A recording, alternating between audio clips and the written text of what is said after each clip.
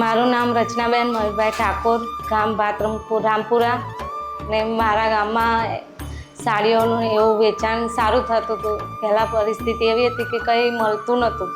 અત્યારે એમ કે અમે બધા આવું કામ કરીએ છીએ તે સારું રહે, એમ કે ગામવાળાને બધા કંઈક કરી શકીએ એવું કે અમે કંઈક ધંધો કરીએ અને પૈસા કમાઈએ.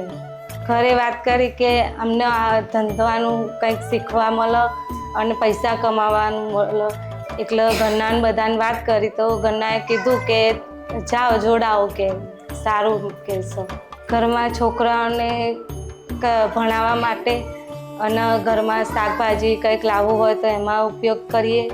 અને આ કે સામાન લાવવો હોય તો એના પણ અલગ મૂકીએ, એટલે સામાન લાવી શકાય. બીજું વોટ્સઅપમાં મોકલ્યા અને ફેસબુક પર ને સાડીઓ વેચવા લાવી ત્યારે 10,000નો માલ લાવી. પછી 10,000માંથી મને 5,000 રૂપિયા નફો મળ્યો. પછી એ નફો મળવાથી મેં સાડીઓ બીજી લાવી. પહેલાં હું ઘરનું કામ ને એવું કરતી હતી. પછી આઈસેડની તાલીમ લીધી. પછી મને એમ લાગ્યું કે હું કંઈક કરીશ.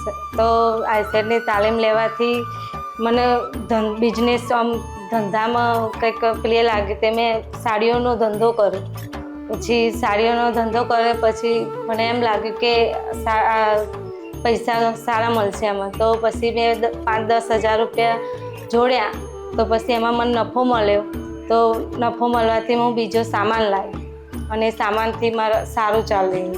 અમારી જોડે પૈસા નહોતા, પણ પછી સાહેબે અમને 500 રૂપિયા આપ્યા. એમાંથી કંઈક સામાન લાવ્યા થોડો સાડીઓનું. પછી સાડીઓ એમાંથી જેમ નફો કાઢ્યો એમ થોડો સામાન લાવ્યા. અને પછી અમે અમારા પૈસા જે હતા એ થોડા જોડ્યા અને એમ કરીને અમે આ સાડીઓનો ધંધો ચાલુ કર્યો. સવારે પહેલાં ઘરનું કામ પતાવી, પછી છોકરાઓને સ્કૂલ મોકલી દઈએ. પછી છોકરાઓનું પતાવીને પછી અમે બપોરે નવરા થઈએ ત્યારે આ અમારો ધંધાનું લઈને બેસીએ.